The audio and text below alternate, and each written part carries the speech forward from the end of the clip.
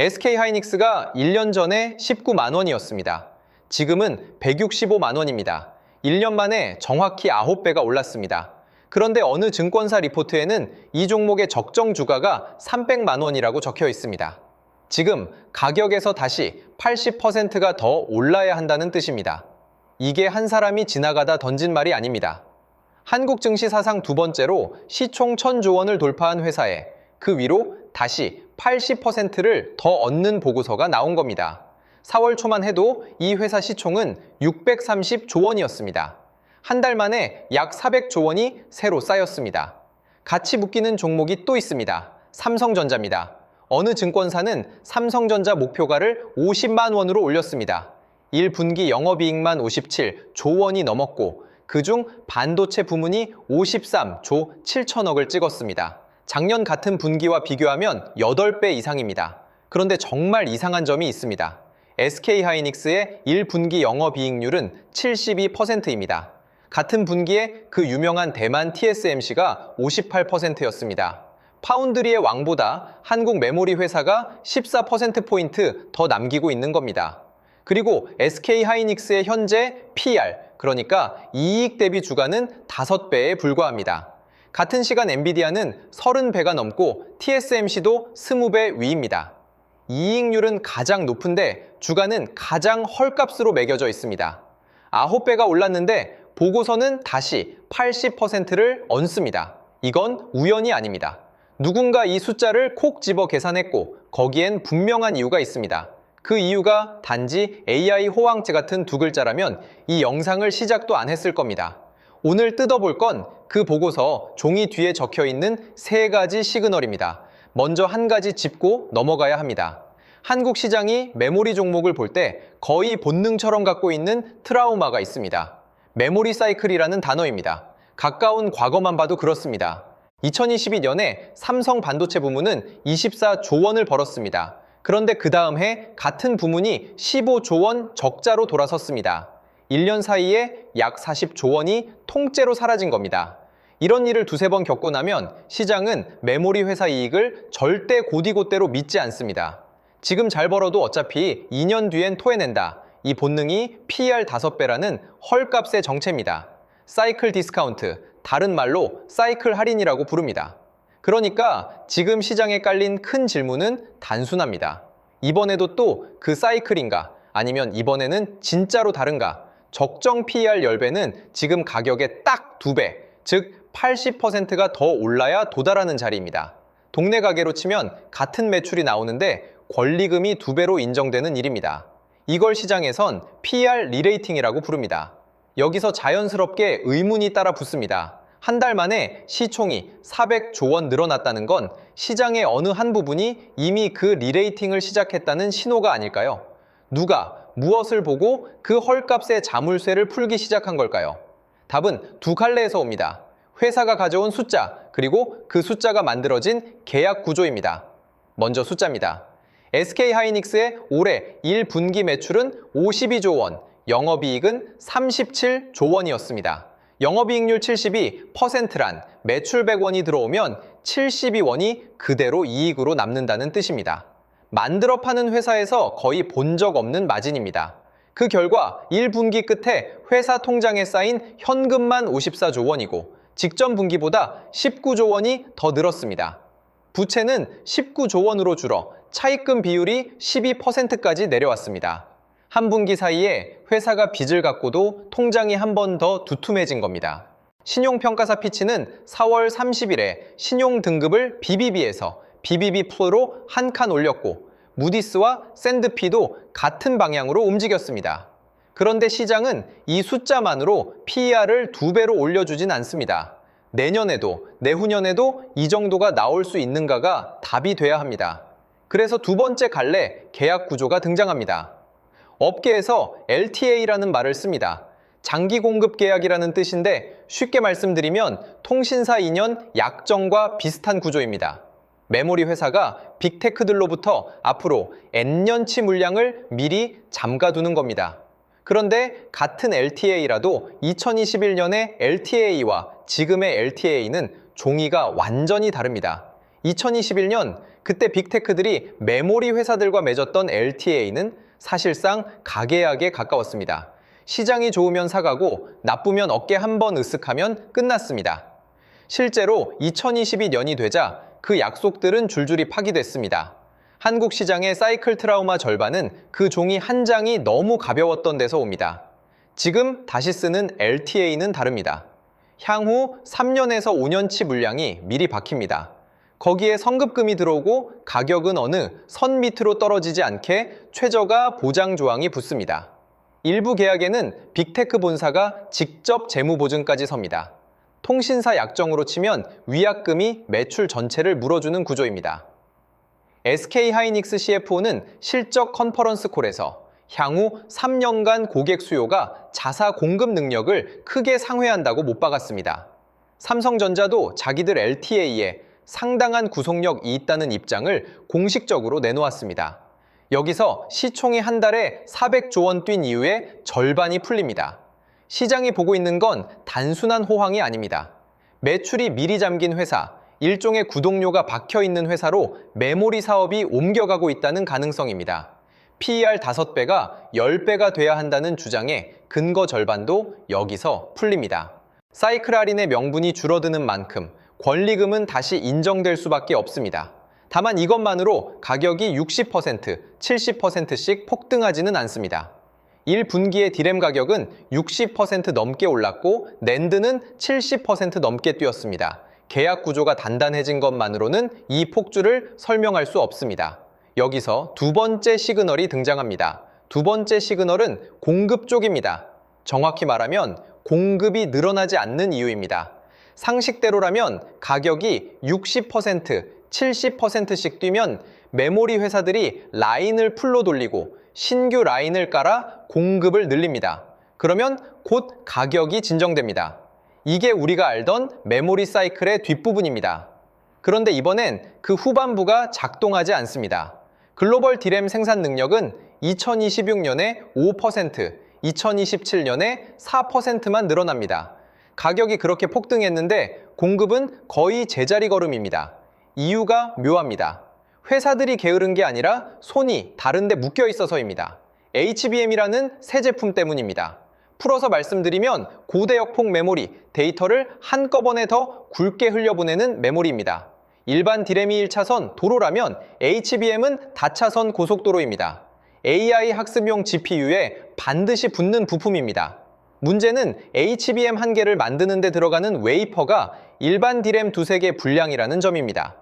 같은 케이크 한 판으로 평범한 케이크 두세 조각을 만들거나 결혼식용 큰 케이크 한 조각을 만들거나의 차이입니다.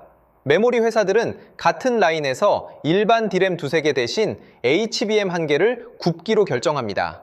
시장에 돌아오는 일반 디램 양이 자동으로 줄어듭니다. 그게 가격을 60%씩 밀어 올린 진짜 동력입니다. 새 라인을 깔면 되지 않느냐는 반문이 자연스럽습니다. 그런데 메모리 클린룸 한 칸을 새로 짓는데 보통 2년에서 3년이 걸립니다. 짓는 동안 가격은 그대로 위에 떠 있습니다. 더 흥미로운 건 그 사이에 수요 그림 자체가 또 바뀐다는 점입니다. 학습형 AI는 데이터 센터 한가운데 거대한 GPU 한 대에 수요가 집중돼 있었습니다. 시장이 말하는 다음 단계는 에이전틱 AI라고 부르는 분산형 비서들입니다. 거대한 두뇌 하나가 아니라 휴대폰 차 공장 곳곳에 작은 비서가 한꺼번에 깔리는 그림입니다. 이 그림에서는 HBM뿐 아니라 일반 디램, 낸드, 모바일 메모리까지 한꺼번에 수요가 늘어납니다. 모자라진 일반 디램이 다시 한번 모자라지는 겁니다. 여기까지가 두 번째 시그널입니다. 첫 번째 시그널이 매출의 천장을 올린다면 두 번째 시그널은 매출의 바닥을 받칩니다. 가격이 다시 무너질 가능성을 공급 쪽에서 구조적으로 차단합니다. 물론 양쪽 의견을 다 들어야 공정합니다. BNK투자증권은 SK하이닉스의 보유 의견을 유지하면서 목표가를 130만 원으로 잡았습니다. 골드만삭스는 매수 의견을 유지하면서도 목표가를 135만 원에 묶어놨습니다. 미래에셋이 270만 원, 어떤 보고서가 300만 원을 외치는 동안 다른 쪽에는 이미 너무 비싸다는 시각도 살아있습니다. 위험 요소도 같이 짚어야 합니다. 첫째 밸류에이션 부담, 둘째 2022년처럼 LTA가 다시 깨질 가능성, 셋째 중국 회사 두 곳이 범용 디램 낸드에서 라인을 빠르게 키우는 추격, 넷째 유가가 $100를 넘기고 환율이 흔들릴 매크로 리스크입니다. 그런데 이 네 가지를 모두 인정한 상태에서도 적정 PER 10배의 주장이 살아있는 이유는 세 번째 시그널이 위 두 가지보다 더 깊은 자리에 박혀 있기 때문입니다. 세 번째 시그널은 락인입니다. 자물쇠라는 뜻입니다. 지금까지 HBM은 사양만 맞추면 어느 회사 GPU에든 끼울 수 있는 일종의 기성품에 가까웠습니다. 다음 세대인 HBM4부터 게임이 달라집니다. 고객사 칩 구조에 맞춰 메모리를 처음부터 같이 설계하는 방식, 코디자인이라고 부릅니다. 풀어서 말씀드리면 기성복이 아니라 맞춤 정장입니다. 한번 누군가의 어깨와 가슴폭에 맞춰 라인을 세팅하면 다음 시즌에 다른 양복점으로 갈아입기가 굉장히 어려워집니다. 칩 설계 자체를 다시 짜야 하기 때문입니다. 이 구조가 들어오면 점유율이 안정됩니다. 글로벌 IB들이 차세대 HBM에서 SK 하이닉스 점유율을 70%까지 잡는 이유입니다. 모건 스탠리 자료를 보면 HBM은 세대가 한 번 바뀔 때마다 가격이 평균 36%씩 올라갑니다. 한 번 자물쇠가 채워진 고객사가 세대 교체 때마다 자동으로 36%더 비싼 메모리를 사가는 그림입니다. 골드만삭스가 SK 하이닉스 ROE를 80% 위로 잡은 것도 이 구조 때문입니다. 여기서 화면 한쪽에 묶어두었던 종목이 다시 들어옵니다. 삼성전자입니다. 지금 삼성전자의 HBM 점유율은 19%, SK 하이닉스에 한참 뒤처져 있습니다. 시장이 50만 원 목표가를 꺼낸 이유는 바로 그 19%에 있습니다. 추격자의 업사이드입니다. 삼성전자는 올해 R&D에 37조 7천억 원을 쏟습니다. HBM3 12단 공급이 시작됐고 HBM30 샘플도 엔비디아 검증을 통과한 것으로 알려졌습니다. 구글이 자사 AI 칩에 삼성 HBM을 타깃으로 검토 중이라는 보도도 나옵니다. 19%가 30%, 40%로 회복되면 삼성전자에 박힌 디스카운트가 빠르게 풀립니다. 어느 증권사는 삼성전자 적정 PER을 13배까지 보고 있습니다. 매수 의견 36명, 매도 0명이라는 컨센서스가 의미를 갖습니다. 여기서부터가 우리 얘기입니다. 두 회사를 합치면 1분기 영업이익 합산이 약 95조 원이었습니다. 한국 1년 예산을 가뿐히 넘는 이익을 두 회사가 만들어내는 그림에 시장이 베팅을 시작한 겁니다. 한국 증시 PER은 그동안 7배 언저리였습니다. 두 회사 이익 구조가 영구적으로 한 칸 위로 올라섰다는 게 인정되는 순간 코스피 전체가 PER 10배대로 다시 매겨질 수 있습니다. 이미 한국 증시 전체 시가총액은 4조 5,500억 달러까지 올라와 캐나다 증시를 제친 자리에 와 있습니다. 이게 왜 시청자분의 일이 되는지 짚고 가야 합니다. 한국 가계가 들고 있는 자산의 한 축은 코스피 종목과 연금입니다. 코스피 PER이 7배에서 10배로 다시 매겨진다는 건 통장에 든 ETF, 직접 들고 있는 종목, 알게 모르게 가입돼 있는 퇴직연금까지 한꺼번에 평가가 다시 매겨진다는 뜻입니다.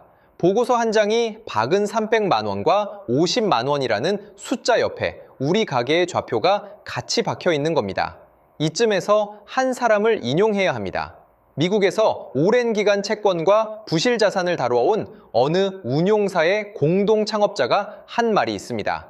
시장의 가장 치명적인 실수는 판이 통째로 뒤집혔는데 과거의 잣대를 그대로 들고 있는 것이라는 취지입니다. 이름은 하워드 막스, 오크트리 캐피털의 그분입니다. 같은 맥락에서 미국의 어느 유명 애널리스트는 지금의 메모리 시장을 두고 매달 자동이체가 빠져나가는 구독 서비스에 가까워지고 있다고 표현했습니다. 이 두 발언이 적정 PER 10배 주장의 마지막 자물쇠를 풀어줍니다. 이제 처음의 질문 300만 원이라는 숫자가 어디에서 왔는지 정리해 드리겠습니다. 산수 자체는 단순합니다. 어느 시점에 SK하이닉스 예상 영업이익의 적정 PER 10배를 곱해 시가총액을 잡고 그걸 주식수로 나누면 한 주당 가격이 나옵니다. 지금까지의 PER 5배는 사이클 트라우마가 만든 디스카운트였습니다. 첫 번째 시그널인 LTA 구조 변화가 그 트라우마의 명분을 절반 깎고 두 번째 시그널인 HBM의 일반 D램 잠식이 가격 바닥을 받치고 세 번째 시그널인 HBM 파트, 코디자인 락인이 마진의 천장을 올립니다. 이 세 가지가 동시에 진실이라면 PER 5배는 헐값이고 10배가 새 정상이라는 결론에 도달합니다. 헐값에서 정상으로 가는 80%, 그게 165만 원과 300만 원 사이에 펼쳐진 거리입니다. 검증의 시점도 잡혀 있습니다. 7월 29일 SK하이닉스 2분기 실적 발표가 있습니다. 그날 발표되는 분기 영업이익이 60조 원 선을 넘는지를 보면 됩니다. 1분기 37조 원에서 한 분기 만에 그 자리로 올라선다면 보고서 종이에 적힌 300만 원이라는 숫자는 단순한 숫자에서 시장이 나란히 따라가는 좌표로 바뀝니다. 마지막으로 한 줄만 남기겠습니다. 메모리 시장은 더 이상 새벽마다 가격이 새로 매겨지는 수산 시장이 아닙니다. 매달 자동이체가 빠져나가는 구독 서비스에 가까워지고 있습니다. 그 첫 청구서가 한국 두 회사의 통장으로 들어오기 시작했고 그 영수증의 끝자리에는 우리 가게의 좌표도 함께 적혀 있습니다. 이 시대의 이름이 무엇으로 불리게 될지는 7월 29일 그 분기 보고서 첫 페이지가 한 번 더 알려줄 겁니다.